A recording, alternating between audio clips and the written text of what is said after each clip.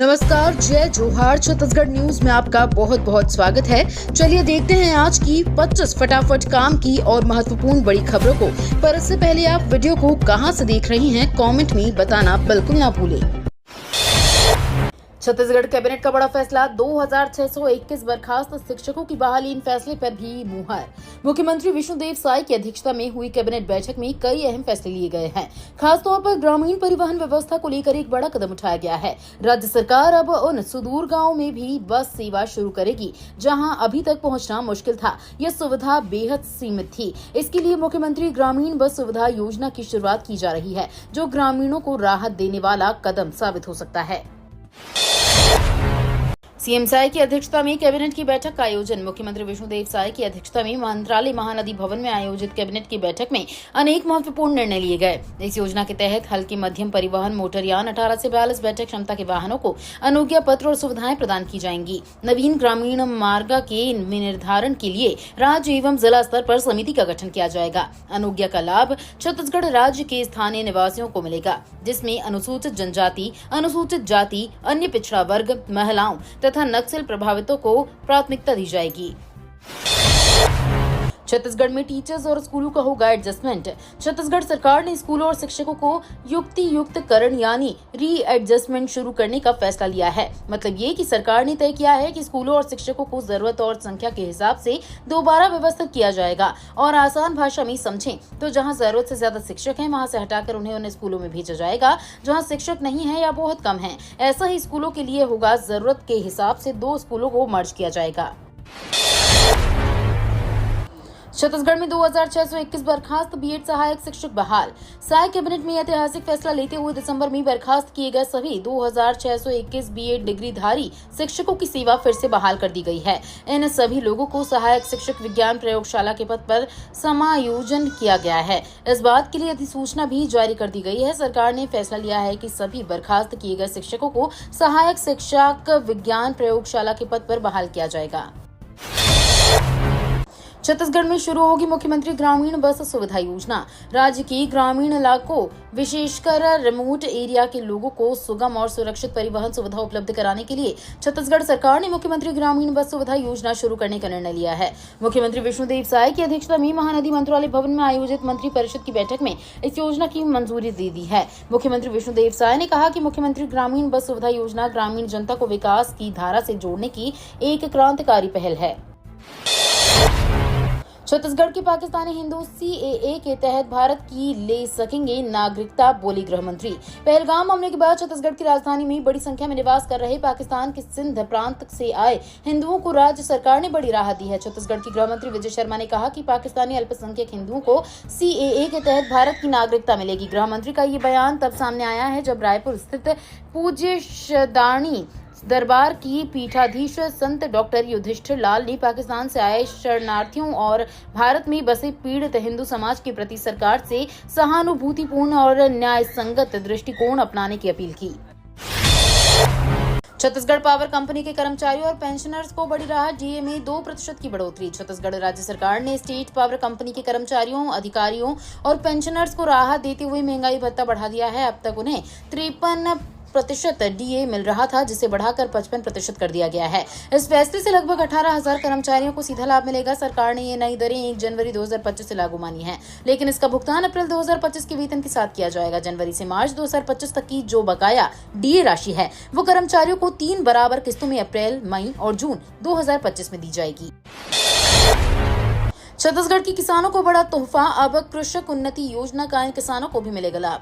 छत्तीसगढ़ सरकार ने किसानों के हित में एक बड़ा फैसला लेते हुए कृषक उन्नति योजना के लाभ का दायरा व्यापक कर दिया है। मुख्यमंत्री विश्वभरी साय की अध्यक्षता में हुई कैबिनेट बैठक में ये अहम निर्णय लिया गया कि अब बटाई, लीज और डुबान क्षेत्र में खेती करने वाले किसानों को भी इस योजना का लाभ मिलेगा। अब इस योजना का लाभ न केवल मालिकाना हक वाले किसानों को, बल्कि बटाई, लीज या डुबान क्षेत्र में खेती करने वाले किसानों को भी मिलेगा। छत्तीसगढ़ में बर्खास्त 2621 सहायक शिक्षकों को फिर से नौकरी देगी सरकार। छत्तीसगढ़ राज्य सरकार ने कैबिनेट बैठक में एक ऐतिहासिक निर्णय लेते हुए सीधी भर्ती 2023 में सेवा समाप्ति का सामना कर रहे 2621 बीएड अर्हताधारी सहायक शिक्षकों को बड़ी राहत दी है। सरकार ने इन शिक्षकों को सहायक शिक्षक के पद पर समायोजित करने का निर्णय लिया है। इस निर्णय से उन सैकड़ों शिक्षकों को न्याय मिला है जो नियुक्ति के बाद तकनीकी कारणों से सेवा से वंचित हो गए थे। कैबिनेट की इस पहल को शिक्षा के क्षेत्र में सुधार और संवेदनशीलता का प्रतीक माना जा रहा है। हवाई यात्रियों के लिए खुशखबरी। अंबिकापुर से बिलासपुर का सफर अब सिर्फ 999 रुपए में।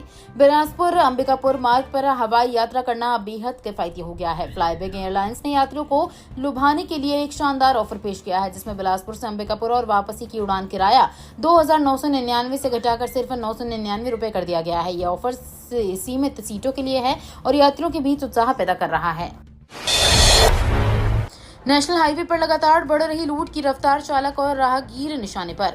नेशनल हाईवे पर लंबे समय से क्राइम की रफ्तार लगातार बढ़ रही है। हाईवे पर ट्रक चालक, बाइक सवार सहित पैदल चलने वाले राहगीरों का रास्ता रोककर चाकू व अन्य हथियार की नोक पर लूटपाट की घटनाएं हो रही हैं। बताया जा रहा है कि हाईवे पर लूटपाट करने वाला गिरोह सक्रिय है। गिरोह के सदस्य सुनसान जगहों पर लोगों को निशाना बनाकर घटना को अंजाम दे रहे हैं। बावजूद इसके स्थानीय पुलिस व हाईवे पेट्रोलिंग पार्टी गिरोह तक नहीं पहुंच पा रही है। 10,000 रुपए लाओ, पीएम आवास योजना पाओ, चल रहा रिश्वत का बड़ा खेल। देश के प्रधानमंत्री की सबसे फ्लैगशिप योजना में रोजगार सहायक खुलेआम कमीशन की मांग कर रहे हैं। उन्हें इस बात की तनक भी डर नहीं है कि सरकार की इतनी बड़ी योजना में यदि कमीशन की मांग करेंगे तो क्या होगा, लेकिन उनकी हिम्मत की दाद देनी पड़ेगी। कुछ इसी तरह की शिकायत में एक हितग्राही ने रोजगार सहायक की पैसे देते हुए वीडियो भी बना ली और मामले की शिकायत जनपद सीईओ नवागढ़ से कर दी।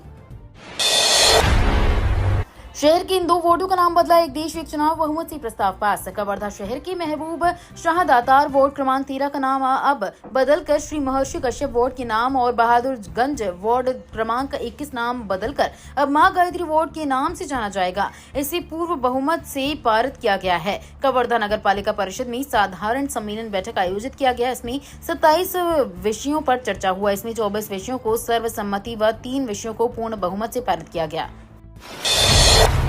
कवर्धा में ग्रामीणों को बड़ी सौगात, विभिन्न कार्यों के लिए 23 लाख की घोषणा। छत्तीसगढ़ के उप मुख्यमंत्री विजय शर्मा ने कुछ दिन पूर्व सहसपुर लोहारा विकासखंड के ग्राम छोटूपारा में आयोजित मेला मड़ई कार्यक्रम में शामिल होकर ग्रामीणों के साथ उत्सव मनाया। विशेष आयोजन में उप मुख्यमंत्री ग्रामीणों के बीच जमीन पर बैठकर उनके साथ आत्मीय संवाद किया। इस दौरान उन्होंने देहान सीसी निर्माण के लिए 10 लाख रुपए और 2 सामुदायिक भवनों के निर्माण के लिए 13 लाख रुपए की घोषणा कर ग्रामीणों को बड़ी सौगात दी। दीदी रिक्शा योजना से महिलाओं को मिल रहा स्वरोजगार, श्रम विभाग दे रहा 1 लाख रुपए का अनुदान। कोंडा गांव में महिलाओं को आर्थिक रूप से आत्मनिर्भर बनाने के लिए दीदी रिक्शा सहायता योजना शुरू की गई है। श्रम विभाग द्वारा संचालित इस योजना में पंजीकृत महिला निर्माण श्रमिकों को ई रिक्शा खरीदने के लिए 1 लाख रुपए का अनुदान दिया जाता है। योजना का लाभ लेने के लिए महिलाओं की उम्र 18 से 50 वर्ष के बीच होनी चाहिए। साथ ही उनका भवन एवं अन्य सन्निर्माण का कर्मकार मंडल में कम से कम 3 साल का पंजीकरण होना आवश्यक है। अरपा नदी में अवैध उत्खनन पर हाईकोर्ट सख्त है। बिलासपुर की जीवन दायनी अरपा नदी में अवैध उत्खनन को लेकर हाईकोर्ट ने सख्ती दिखाई है। चीफ जस्टिस रमेश सिन्हा की डिवीजन बेंच ने राज्य सरकार से पूछा है कि नदी के संरक्षण और अवैध खनन को रोकने अब तक क्या कदम उठाए गए हैं। इस पर उन्होंने नगरीय प्रशासन विभाग के सचिव को शपथ पत्र के साथ जवाब देने को कहा है। अरपा नदी में लगातार हो रहे अवैध उत्खनन सहित उनके संरक्षण को लेकर हाईकोर्ट में अलग अलग जनहित याचिकाएं दायर की गई हैं। छत्तीसगढ़ में बिजली कर्मचारियों को मिलेगा 55% DA. Chhattisgarh state power company में कार्यरत कर्मचारियों, अधिकारियों और पेंशनर्स का महंगाई भत्ता बढ़ा दिया गया है। अब तक 53% महंगाई भत्ता दिया जा रहा था, जिससे राज्य सरकार ने 2% बढ़ा दिया है। इससे अब कंपनी में कार्यरत 18,000 कर्मचारियों को 55% डीए मिलेगा। नई दरें 1 जनवरी 2025 से प्रभावी मानी जाएंगी। हालांकि इसका नियमित भुगतान अप्रैल 2025 के वेतन के साथ किया जाएगा। वहीं जनवरी 2025 से मार्च 2025 तक की बकाया राशि को 3 समान किश्तों में अप्रैल से जून 2025 के बीच भुगतान किया जाएगा। अब अमूल ने बढ़ाया दूध के दाम। मदर डेयरी के बाद अब अमूल ने भी दूध के दाम बढ़ा दिए हैं। अमूल ने दूध की कीमत 2 रुपए प्रति लीटर बढ़ा दी है। कंपनी के इस फैसले के तहत Amul standard, Amul buffalo milk, Amul gold, Amul slim and trim, Amul चाय मजा, अमूल ताजा और अमूल काऊ मिल्क की कीमतों में 2 रुपए की बढ़ोतरी हुई है। नई कीमतों में 1 मई से लागू हो जाएंगी। भारत ने दी पाकिस्तान को चेतावनी। पहलगाम हमले के बाद पाकिस्तान लगातार सीमा पर संघर्ष विराम का उल्लंघन करते हुए फायरिंग कर रहा है। इस बीच भारत और पाकिस्तान के मिलिट्री ऑपरेशन के महानिदेशकों ने हॉटलाइन पर बात की। इस दौरान पाकिस्तान द्वारा बिना उकसावे की संघर्ष विराम के उल्लंघन पर चर्चा हुई। भारत ने एलओसी पर पाकिस्तानी सेना द्वारा बिना उकसाने के लिए जा रहे संघर्ष विराम उल्लंघन के खिलाफ पाकिस्तान को चेतावनी दी। जाति जनगणना, मोदी कैबिनेट का बहुत बड़ा फैसला। जाति जनगणना पर मोदी कैबिनेट ने बड़ा फैसला लिया है। केंद्रीय मंत्री अश्विनी वैष्णव ने कहा, सीसीपीए राजनीतिक मामलों की कैबिनेट कमेटी की मीटिंग में फैसला लिया गया है कि आगामी जनगणना में जातियों की गणना को शामिल किया जाएगा। विपक्ष लगातार इसे मुद्दा बनाए हुए था, लेकिन कांग्रेस की सरकारों ने कभी इसके प्रयास नहीं किए। गौरतलब है कि विपक्ष ने 2024 के चुनावों में भी इसे मुद्दा बनाया था। छत्तीसगढ़ में ईओडब्ल्यू का छापा। जमीन अधिग्रहण मामले में दशमेश बिल्डर्स के ठिकानों पर हो रही जांच है। छत्तीसगढ़ में भारतमाला परियोजना से जुड़े एक मामले में आर्थिक अपराध अन्वेषण शाखा ने रायपुर के तेलीबांधा स्थित दशमेश बिल्डर्स की ऑफिस पर रेड मारी है। बताया जा रहा है कि अधिकारियों को बिल्डर्स की गतिविधियों पर संदेहास्पद वित्तीय लेन देन की जानकारी मिली है। जानकारी के मुताबिक दस्तावेज और डिजिटल रिकॉर्ड सुरक्षित रखने के लिए ईओडब्ल्यू की टीम ने दशमेश बिल्डर्स की ऑफिस पहुंचते ही उसे सील कर दिया। तेलंगाना के जंगलों में ऑपरेशन कगार निशाने पर छत्तीसगढ़ के नक्सली। तेलंगाना छत्तीसगढ़ सीमा पर स्थित बीजापुर जिले के कुरेगुट्टाला जंगलों में ऑपरेशन कगार माओवादी विरोधी अभियान जारी है। लगातार 8वें दिन अभियान चला। हेलीकॉप्टर द्वारा गलगाम से अतिरिक्त बल भेजा जा रहा है, जबकि थके हुए कर्मियों को हटाकर उनकी जगह नई बैकअप इकाइयों को लगाया जा रहा है। स्थानीय सूत्रों ने बताया कि नाम्बी, गलगाम, पुजारी, कंकर, नडिल्ली और आसपास के गांवों में कई विस्फोटों की आवाजें सुनी गईं। दारू पीकर वाहन दौड़ाने वालों का 10 लाख रुपए का काटा चालान। भिलाई में कार्रवाई तेज। शराब पीकर वाहन चलाने वालों पर इस समय दुर्ग ट्रैफिक पुलिस सख्त हो गई है। पुलिस वाहन चालकों का अल्कोहल टेस्ट कर रही है और ड्रंक पाए जाने पर उनके खिलाफ मोटा चालान काट रही है। दुर्ग पुलिस ने ऐसे लोगों को 10 लाख रुपए से अधिक चालान काटा है। एएसपी ट्रैफिक ऋचा मिश्रा ने बताया कि यातायात पुलिस ऑपरेशन सुरक्षा अभियान चला रही है। इसके तहत ट्रैफिक नियमों का उल्लंघन करने वाले वाहनों चालकों को न सिर्फ समझाइश दी जा रही है, बल्कि उनके खिलाफ चालानी कार्रवाई भी की जा रही है। जांजगीर चांपा जिला अस्पताल में सिविल सर्जन का हुआ ट्रांसफर। जांजगीर चांपा जिले में सिविल सर्जन डॉक्टर दीपक जायसवाल की मनमानी व मानसिक प्रताड़ना से परेशान होकर हटाने की मांग को लेकर जिला अस्पताल स्टाफ चरणबद्ध आंदोलन कर रहे थे। स्वास्थ्य विभाग द्वारा उस सिविल सर्जन को पड़ोसी व गृह जिले में ट्रांसफर कर दिया गया है। वहीं आंदोलन कर नेतृत्व कर रहे डॉक्टरों को नक्सली जिला ट्रांसफर कर दिया गया है। जिला अस्पताल जांजगीर और बीडीएम चांपा के डॉक्टरों, स्टाफ, नर्सों और कर्मचारियों ने प्रभावी सिविल सर्जन डॉक्टर दीपक जायसवाल ने की मनमानी के खिलाफ मोर्चा खोल दिया था। चरणबद्ध आंदोलन किया गया। नवा रायपुर में स्थापित होगा अत्याधुनिक NIELIT केंद्र। प्रदेश की तकनीकी शिक्षा को सशक्त बनाने और युवाओं को डिजिटल कौशल से लैस करने की दिशा में छत्तीसगढ़ सरकार ने एक महत्वपूर्ण कदम उठाया है।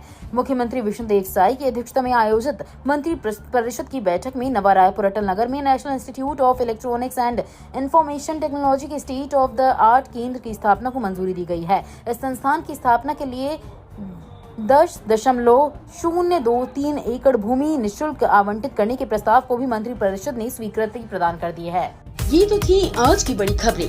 अगर आपको न्यूज पसंद आई हो तो वीडियो को लाइक और शेयर करना बिल्कुल ना भूलें। धन्यवाद।